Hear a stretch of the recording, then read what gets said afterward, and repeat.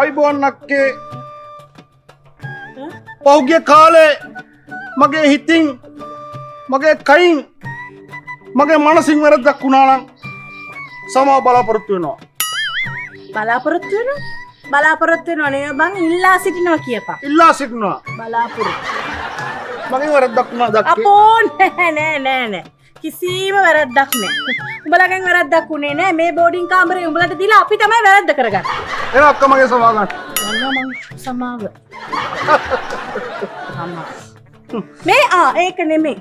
කෝබන් අර දැන් අර ක්ලෑෂ් මොනවද බෝනස්ද මොනවද හම්බ වෙනවා කියලා කිව්වා. ෆ්ලෑෂ්ට? ඔව් ඌත් නෑ උගේ බෝනස් උත් නෑ මුකුත් නෑ.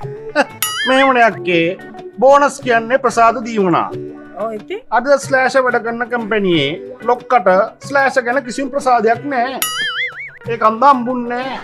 හරිද? ඒ කියන්නේ අරියස් ලොක්කා උත් එක්ක අරියස් ඒක අන්දා අක්කගේ අරියස් අපිට ගන්න වෙන්නේ නෑ. මොනවාද බං කොම්පෙන්ට් චි. ඕ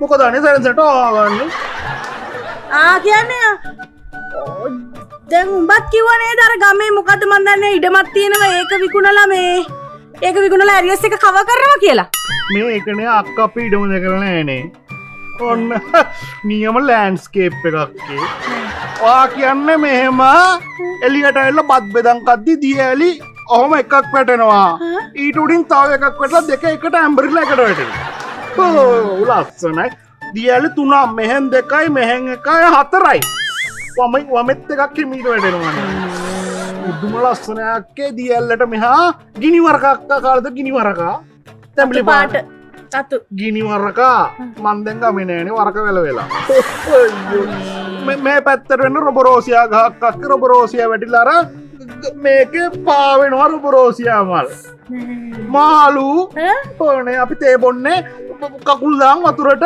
ෆිෂ් තෙරපි ෆිසියෝതെරපි අපේ සීයා කෙනෙක් හරිද වතුරට කකුල් දාලා බත් කාලා ගොඩේදී කකුල් දෙක නෑ මාළු කාලා ඕනේ හරි ලස්සන ලෑන්ඩ්ස්කේප් එකක් අනේ ඇත්තට සනීප ඇතිනේ අර වෙනිවල් ගැට ඕනේ වෙනිවල් ගැට වල වාඩි වෙලා අපි උන්චිලි පදිනවද කොච්චරවත් ඕ කැලේනයක් හරි පින්නවා කියන්නේ පත්තරේ බලද්දී හරි සරමද්දාම් මෙහෙම පත්තරේ බැලුවාම ඌලඟට යනවා මොකද සරමයි පත්තරේ ඊට පස්සේ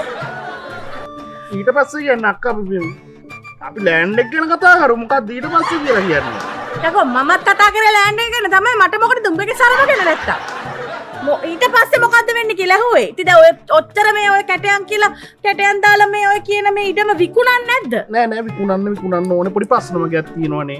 හරිද දැන් ඕක පටන් ගත්තේ පොඩි චූටි ලැට්ටයක් හදලා පටන් ගත්තේ පර්චස් 8 වෙනකන් ඇදිලා තින්නේ. තව පර්චස් දෙකක් අද්ද ගන්න දෙන්නකෝ කාලේ. අම්මා එක ගන්නට අද්දලා තියාවි. කොහොමද මම පර්චස් 8 ඉඩම පර්චස් 10කට ඇදෙන්නේ? මේමයි අපේ අම්මගේ තාත්තා සීයා. එයා කනප්පු යවලා තියෙනවා. කනප්පු ඇවිද්දලා තියෙනවා ඉස්සර. ඔව් අර හැම යන්නේ. එයාගේ ආభాසය අපේ අම්මට ඇවිල්ලා තියෙනවා. කනප්පු ඇවිද්දවන්න නෑ අම්මා විද්දන්නේ වැටවල්. දැන් පර්චස් 8 වැඩ තියෙන ඕමින්න තව ටික දවසකින් අම්මා වැට ඇවිද්දලා දෙයි ගන්නට. පර්චස් 10 වෙච්ච ගමන් ලෑන්ඩ්ස්කේප් එක විකුණනවා. ලස්සනක් ඉඩම. යම් වෙලාවක කකුල් දාගෙන ඉන්න. කකුල් දා